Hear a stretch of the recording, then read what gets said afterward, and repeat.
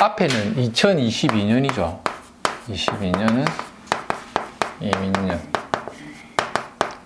이민년은 이제 검은 호랑이의 해로 보죠. 제 그 영상에 그 보면 제 동영상 보면 이민년의 의미해 갖고 나와 있죠. 그거를 항상 참고하면서 이민에서 이제 계묘로 넘어가는 거예요. 이게 모든 기운이라는 것은 가지고 있는 기운을 그 다음 기운으로 넘겨준다고 보시면 되거든요. 그래서 이제 이민년은 뭐 어떤 의미에서 별로 이민년 운세가 작년에 제가 21년도 아마 11월에 똑같아요. 이민년 운세를 했거든요. 올해는 보세요. 22년도 11월에 계묘년 운세를 하죠. 왜 그러냐면 동지달 전에 보통 하는 거예요. 왜냐하면 동지의 기운이 들어올 때 그 다음 기운이 넘어온다고요. 동지달 기운이, 동지가 뭐죠? 이게 겨울에 들어가면서 가장 해가 짧다는, 해가 가장 짧고 지표명의 양기가 이제 시생 처음으로 시작되는 게 동지달 이후로 보거든요. 그래서 계묘년은 동지달 22년도 동지달에 계묘의 기운이 넘어와요.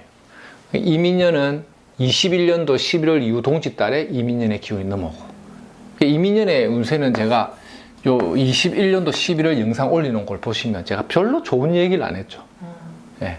죽음을 상징한다, 부동산 떡 나갈 거다, 선생님들 주식 다 팔아야 되니까 우리는 다 팔고 부자 됩시다 하면서 노래를 불렀죠. 그리고 나서 주식이 두두두두 뜨지고 집도 다 팔아야 됩니다. 우리 다 팔고 나서 또 두두두두두 내려갔죠. 예. 그러니까 뭐 그 유튜브나 이런 데 또 주식 방송 보면 막 저점이다 하고 산다 할 때 제가 뭐랬죠? 계속 사면서 물릴 거니까 사지 말랬죠.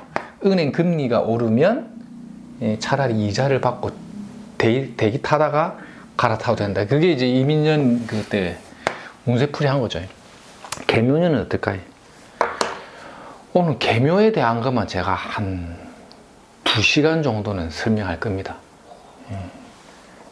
영상은 막 한 20분 올리고 뭐 상황 봐서 뭐 감동적인 사람은 뭐 더 듣든지 해야 돼.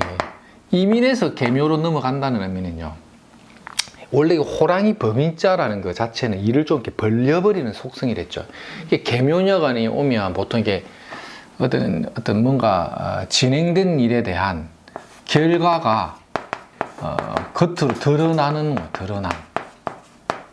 결과가 이제 드러난다는 거죠. 결과적인 게 자꾸 드러난다는 의미는 어떨까요? 이민년에 뭔가 일을 진행했던 사람들이 안정적으로 가려면 계묘년에 자리를 좀 잡을 수 있는 발판이 좀 되고, 이민년에 뭔가 내가 사고를 많이 친 사람은 계묘년에 어떻겠습니까? 다 개내야 된다는 거죠. 개내야 된다. 그래서 계묘년은 운명학적으로 볼 때는 계묘년의 의미 자체를 좋게 안 봅니다. 이게 언제까지? 24년도 갑진년까지. 자, 우리나라의 국운도 같이 봐야 되거든요. 대한민국 국운의 바닥을 언제로 보면 되죠? 갑진년이 대한민국 국운의 바닥점이죠. 바닥점. 바닥점으로 들어가고 있는 기운이죠. 그래서 바닥점으로 들어가기 위해서는 보통 한 2년에서 3년 전에 넘어오면서 변화가 옵니다. 보통 보면 운명의 바닥점으로 갈 때는 보통 이제 주식이 보통 많이 무너지고 부동산도 좀 무너지면서 이제 뭔가 침체되는 기운을 한번 겪고 넘어가는데, 그게 이제 24년도까지 가야 되니까 계묘년에 그 연결선상이 있죠.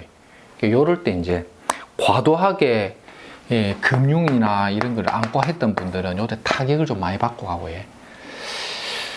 그래서 보통 제가 부동산 물어보거나 할 때도 제가 연끌하지 마라고 자꾸 노래를 불렀던 이유도, 그 연끌했을 때의 그 결과가 언제 나타나냐면 23년도에 나타날 거예요. 그게 몇 월 달에 나타나냐면 나중에 우리가 월운 볼 때 있죠. 월운 보는 법. 월은 보는 법을 할 거고요. 월은 볼 때 보통 제가 제일 많이 쓴 게 신살, 두 번째에 12운성, 세 번째는 육친론, 신살에는 간지를 같이 봅니다. 예, 요걸로 이제 월운을 보는 법을 우리가 이제 한 6시간 정도 할 거예요. 6시간 정도 하면서 이제 다룬 보는 법을 하는데, 월운을 볼 때 좀 중요한 포인트를 다 짚어드리면 다음에 이제 그걸 메모해 놨다가 손님 받을 때 그거 보고 그대로 얘기해도 됩니다. 이런 식으로 이제 지나갈 텐데, 몇 월 달이 피크냐면 한 대략 5월, 6월, 7월 달이 이제 부동산 저점으로 봅니다. 23년도 5월, 6월, 7월. 아직까지 견딜만 합니다. 5월, 6월, 7월 정도로 볼 수가 있고요. 아마 침체를 가면 이제 23년대는 막 엎치락, 뒤치락 하는 거예요. 2012, 23년은 엎치락, 뒤치락.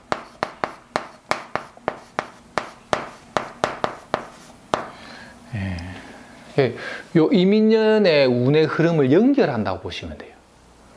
그래서 요 계묘년에 대한 걸 좀 확실히 개념을 잡으려고 하면, 제가 이민년의 의미라고 올려져 있는 이민년의 의미라는 영상 있죠. 이 동영상을 꼭 한번 참고해 보세요. 요 21년도에 했던 요 동영상의 이민년이 계묘년과 연결된다고요. 징금다리처럼 탁 연결지어서 가는 거 있죠. 그 연결선상의 기운인데, 이게 엎치락 뒤치락. 갑진년이 가야 되거든요. 갑진년을 가기 전에 출렁거리면서 가는 거죠. 이때는 이제 요런 관계를 이제 잘 봐야 됩니다. 요럴 때 만약에 취업을 한 사람들은, 취직이 된 사람들은 요때 회사를 그만둘까? 계속 다녀야 되나? 아니면 회사가 원하는 조건이 나는 마음에 안 드는데 내가 나와야 되나? 그 시작이 언제인데 이민년이다 이러면 어떻게 하면 되겠습니까? 견디고 가야 된다. 왜 그렇죠? 당신이 주도권이 없다.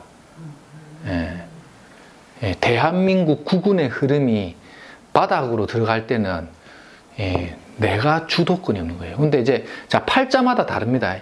자기가 주도권이 있다고 착각해요. 주식이 떨어진다고 하는데 그래도 이번에 이 주식만큼은 이렇게 저렇게 될 거야, 이게 오를 거야, 이런 거 있죠. 그게 착각으로 가는 거예요. 그래서 그 유튜브도 보면 막 주식 방송에 막 100만 명, 200만 명 구독자들 있는 유튜브 방송들 주식이 있는데 그거 한번 보세요. 제가 망해가고 있다고 할 때부터 계속 사라고 합니다. 그 양반들 얘기 들으면 상종가는 다 치고 갔어야 돼. 지금 하도 여론이 안 좋으니까 이제 침체가 온다고 얘기했지. 21년 11월 12월이나 22년도 1월 달만 해도 주식이 1위 된다는 얘기 아무도 안 합니다. 왜냐? 적어도 먹고 살아야 되니까. 애널리스트들이 뭘로 먹고 삽니까? 여러분들이 투자하는 돈에 수수료로 먹고 살죠. 그러니까 이게 완전히 막 눈 감고 코 베어가는 세상이다 보니까 스스로가 뭘 알고 공부를 해야 되는데, 우리는 주식은 잘 몰라도 익절하고 손절하는 타이밍은 구근을 보고 잡아보는 거예요. 이때는 재미가 없는 거예요. 언제까지? 갑진년까지. 그러면 요럴 때 좋아지는 기미가 또 막 보여.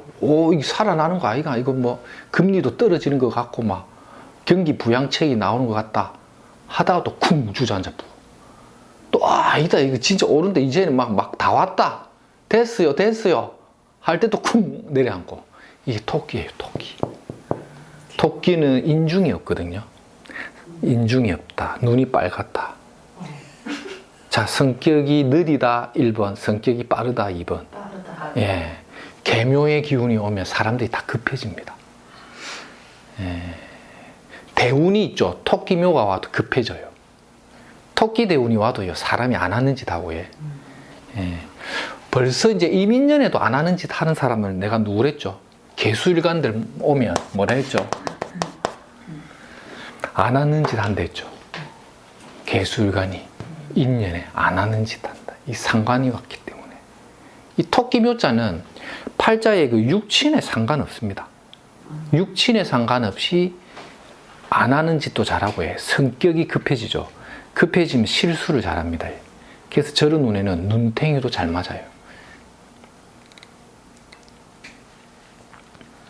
그래서 뭔가 내가 정확하게 알지 못하고 내가 정확하게 머릿속에 기억이 안 돼 있는 사람들은 절대 뭐랬죠?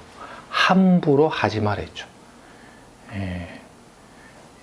가스라이팅, 심리 지배를 당해버리면 이럴 때 실제 사기도 잘 당해요. 믿을 거는 자기 자신밖에 없다는 것을 알아야 됩니다. 그래서 이제 인생의 여러 가지 어떤 것들을 내 스스로가 반성하게 만들고 삶에 대해서 뭔가 다시 되돌아보는 계기도 계묘년이 줘요. 이 계수라는 게 잘 보세요. 하늘에 뭘 사놨습니까?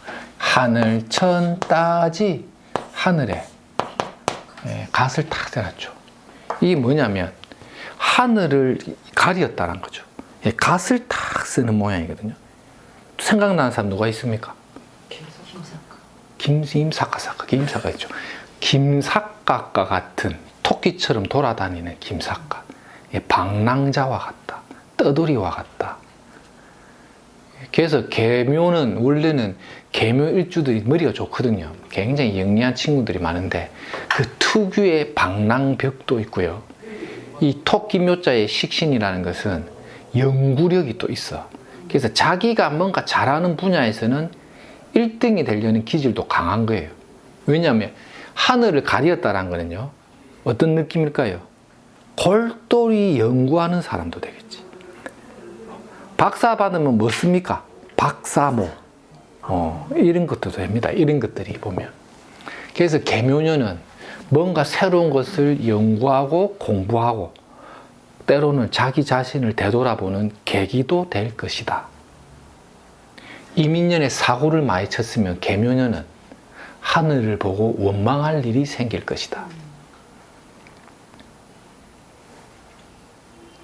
그래서 이런 경우는 남에게 베풀고 사는 사람들이나 뭔가 이렇게 자기 것을 많이 희생하고 내려놓는 사람들은 요런 운이 오면 요 계묘의 요 토끼묘나 이런 계수는 하늘이 주는 음덕이라고 해서 어떤 생각지 못했던 바다먹을 복이 되는 것도 있고요. 요 이민년에 호랑이가 떴을 때 내가 일을 너무 많이 저질러 버린 사람은 토끼운이 오잖아요. 재탐개인, 죄를 탐하여 괴인, 인성이 파괴된다는 거죠. 이렇게 이민과 계묘에 넘어올 때 너무 돈돈거리거나 재탐해버리면 요 계묘년이 하늘이 용서하지 않는다 이런 뜻도 돼요. 그러니까 보통 이제 사기꾼들이 제일 구속 많이 당하는 것도 계묘년, 하늘이 떴다는 뜻이거든. 이거는 옛날 표현은 뭐냐면 저승사자 출현해서 잡아간다는 뜻도 되거든요. 계묘년 같은 경우는 못된 짓 많이 한 사람들이 그에 대한 죄값을 치른다 이것도 돼요. 그래서 계묘년에 뭔가 엉망진창 박살났다면 내가 막 하늘에 죄값 치른다고 봐야 되고, 그게 어디서 나오냐면 재탐개인이죠. 여기서 말하는 재탐은 탈법, 불법 하는 애들 있죠. 우리는 불법, 탈법 안 하잖아요. 탈법, 불법 했던 애들이 한 방 엎어먹으면 크게 엎어먹는다. 계묘년이고, 사기도 당하려면 크게 당할 수 있다. 그래서 제가 그때도 설명할 때 보면 뭐랬냐면 이민년, 계묘년, 갑진년은 웬만하면 사고 안 치는 게 좋다 했죠. 그러니까 웬만하면 뭘 너무 무리하게 하지 말고, 다만 이런 거 있습니다. 내가 경자신축년에 기술 같은 걸 배워갖고 자격증을 딴 거예요. 그래서 이민년에 막 작은 사이즈라도 내가 이제 밥 먹고 살 만한, 뭐 예를 들어 미용실을 한다거나 아니면 조그만한 꼬마 상가를 내갖고 커피숍을 한다거나 토스트 가게를 한다거나 하는 거죠. 비교적 가격이 저렴하고 내 실력으로 내가 먹고 사는 거는 하늘이 용납한 데 있죠. 이런 거는 이제 우리 요 간지 공부를 해야 이게 좀 더 이해가 되죠. 이게 자꾸 이거를 쌤이 내 책에 있는 내용 갖고 설명하는 거예요. 이 책을 계속 반복해서 한번 보세요. 하늘이 용납한다는 거예요. 이게 하늘천이 떴다라는 이 의미를 지금 부여하는 거예요.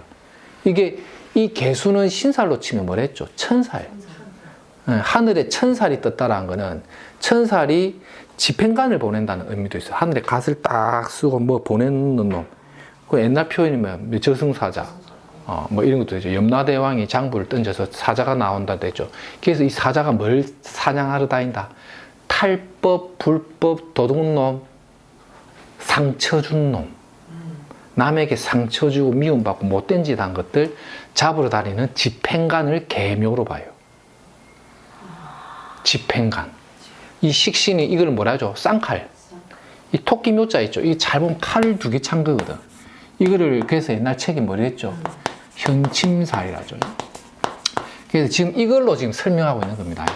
자, 여기서 이거는 나중에 우리가 수업이 들어가야 쌤들이 이해를 할 수가 있고, 지금 이것만 갖고 다 때려버리는 거예요. 그래서 하늘에 갓을 쓴 사람이 내려온다. 쌍칼 차고 집행하러 내려오죠. 거기 잡히는 놈은 사기친 놈, 도둑질한 놈, 못된 짓 한 놈, 남에게 상처 주고 미움 주고 원망 준 놈. 사기꾼이나 나쁜 놈들이 그렇겠죠. 그거를 집행하러 온다는 거예요. 이런 경우는 이런 것도 됩니다. 신랑이 뭐 이렇게 뭐 폭력을 행사한다거나 나쁜 짓을 해가지고 막 이런 폭력이나 데이트 폭력이다 뭐 이래갖고 이혼을 하고 싶은데 안 되고 막 이랬던 사람들 있죠. 이럴 때 정리가 돼요. 이럴 때 신랑하고의 관계인데 저 인간하고는 도저히 못 살겠습니다. 막. 저런 악마 같은 놈하고 내가 못 살겠습니다. 이거 정리되는 거예요. 신랑이 교도소에 있는데 저 나쁜 놈이 나오면 안 되는데 나는 막 헤어지고 싶다. 이게 정리가 될 수 있는 거예요. 그걸 누가 판명한다? 하늘이 결정한다는 거예요. 그래서 우리가 뭔가 이 일을 하다 보면 어떠한 관계에 우리가 이 직업을 갖다 보면 별의별 일이 다 생긴단 말이에요. 그때 우리 스승이 했던 말이 네가 해결하지 마라. 결국은 하늘이 해결한다 했죠. 하늘이 해결한다. 그래서 원망도 하지 말고 아무 짓도 하지 마. 결국 그것은 나타나게 된다 했죠. 이게 이제 계묘예요. 이런 거는 제가 요 11월 달 강의했던 요 이민년에 대해서 이걸 긍정적으로 해석하는 사람도 많아요. 혹은 근데 제가 그때 진짜 안 좋은 얘기 너무 많이 하고 선생님들이 설마 이래 되겠나 이랬는데 이거 보세요. 그렇게 됐죠. 근데 그게 아직 끝이 아니라는 거예요. 하늘이 아직 마지막에 집행하는 건 올해 23년도에 내려온 거예요. 자, 이런 경우는 자, 장점은 뭐냐면 내가 진짜 열심히 공덕을 들여갖고 야무지게 한 거는 하늘로부터 상 받는 놈도 됩니다. 자, 이걸 갖고도 상담되겠죠. 니 그간에 어떻게 살았노? 이래 물으면 되겠죠. 예, 선생님, 제가 진짜 저 주방장 밑에 들어가갖고 열심히 일을 배워가지고 자격증도 따고 실무적인 능력도 쌓았습니다. 그래갖고 이제 좀 뭘 한번 해보려고 하는데 열심히 노력해서 그 성과를 보이려고 하잖아요. 그러면 이런 것들은 긍정적으로 가요. 하늘이 돕는다로 가거든요. 그러면 어떻게? 그래, 당신 그간에 고생 많이 했는데 규모는 작게 해라. 그리고 이제 이때까지 배웠던 능력을 발전시켜서 최대한 노력해서 승부를 걸어보라. 다만 당장에 돈이 된다는 기대는 하지 말고 그래도 일은 해보라 이래 가야지. 그래갖고 계묘, 갑진 넘어가고 사오미를 받아먹는 거예요. 사오미에. 그래서 요런 누는 이 글자가 완전 다르죠. 이 임이란 건 뭡니까? 어둠의 글자의 임수는 뭐랬죠? 제가 이 응집한다는 거죠. 이 임수란 거는 천지 만물이 다 이게 응축해서 죽음으로 들어가는 글자랬죠. 개수는 좀 달라요. 이거는 물상적으로 보면 깨끗하고 청정한 맑은 물 이런 뜻도 되거든. 맑디 맑은 물 이런 뜻도 된단 말이에요. 그래서 좀 달라, 해석의 여지가. 임수는 그 깊이를 알 수가 없어요 이런 뜻도 있죠. 저 사람 속을 알 수가 없어요. 앞에 계시죠? 뭔지는 모르겠는데 저 사람의 마음을 알 수가 노래도 있죠. 알 수가 없어요. 요렇게 임수죠. 그 깊이를 알 수 없다. 그래서 임수가 경금을 보면 뭐랬죠? 추수통은하여 아주 깊은 물과 같다. 깊은 물이 고여 있으면 어떻습니까? 을 수가 있으니 팔자에 목이 있으면 그 물이 썩지 않고 고요하게 흘러가니 이를 뭐라 했죠? 수생목이라고 하고, 추수통원한 자, 목을 보면 발전하고 능력을 키우고, 재를 보면 나무가 꽃을 피우니 이 아름답다고 하는 거지. 쌤 괜찮다 했죠 내가? 네. 추수통원에 수생목 목생화가 잘 되면. 그래서 이 임수는요, 원래 나무가 썩지 않게 만드는 것도 임수입니다. 명리에서 갑목이 임수를 반겨 쓰는 구조는 그 나무의 병충해를 예방합니다 라는 뜻이고, 갑목이 개수를 쓰는 것은 나무의 성장을 돕습니다 이런 뜻이에요. 임수는 병충해를 하니까 오랫동안 버티게 하는 거죠. 그래서 육친상 임수가 갑목한테 편인이면 끈기와 근성이 있고, 개수가 있으면 뭡니까? 지혜가 있다고 했거든. 지혜. 그 쌤은 지혜와 끈기와 근성을 다 배출했네. 힘들 때 임수 개수 다 있는가 봐요. 아니. 임수 예. 요리네. 그래서 이 임수는 그런 시각으로도 접근하고, 그 다음에 물이라는 속성, 물질적인 속성, 임수는 바다요. 개수는 뭐와 같다? 비와 이슬이요, 호수와 같다. 그래서 바다는 큰 물이라 목욕탕이요, 개수는 커피랬죠. 임계수 다 띄우는 자, 목욕탕에서 커피를 팔더라. 저 있죠? 이런 게 이제, 요렇게 확정하는 거는 이제 재산쌤이 이걸 기가 막히게 쓰신 거고요.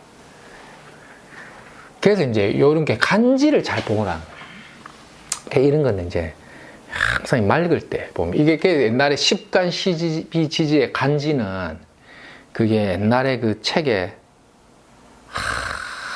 그 이름 모르겠는데 그 갑자기 생각이 안 나네. 무슨 그 책에 보면 경전이에요. 그 경전에 십간 시비지지는 이 글자 하나하나가 영이 서려 있다 있거든. 영적 기운이 서려 있다 있거든요. 그래서 예전에 우리가 명리 공부할 때 이 간지만 갖고 보는 거예요. 이 개수의 속성이 주는 의미. 예, 이게 맑고 깨끗하고 청정하다는 뜻도 있지만, 하늘에 삿갓을 씌웠다는 이 기운을 본다는 거예요. 이게 뭐냐, 이거예요. 이 김삿갓 같은 거 연구하고 공부하고 실력을 쌓아갑니다. 이런 뜻도 이때 있죠. 이 토끼 묘자에 현치면 칼을 2개 들고 오는 거예요. 쌍칼.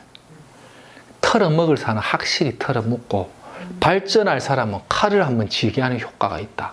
그건 뭐랬죠? 노력하고 열심히 살고 공덕을 지은 자는 하늘이 주는 기회를 잡을 것이며, 나쁜 짓을 서슴없이 하고 재탐 개인되는 경우 있죠. 이 재탐했을 때는 괴인이 되는 현상을 계묘년에 목전한다는 거죠.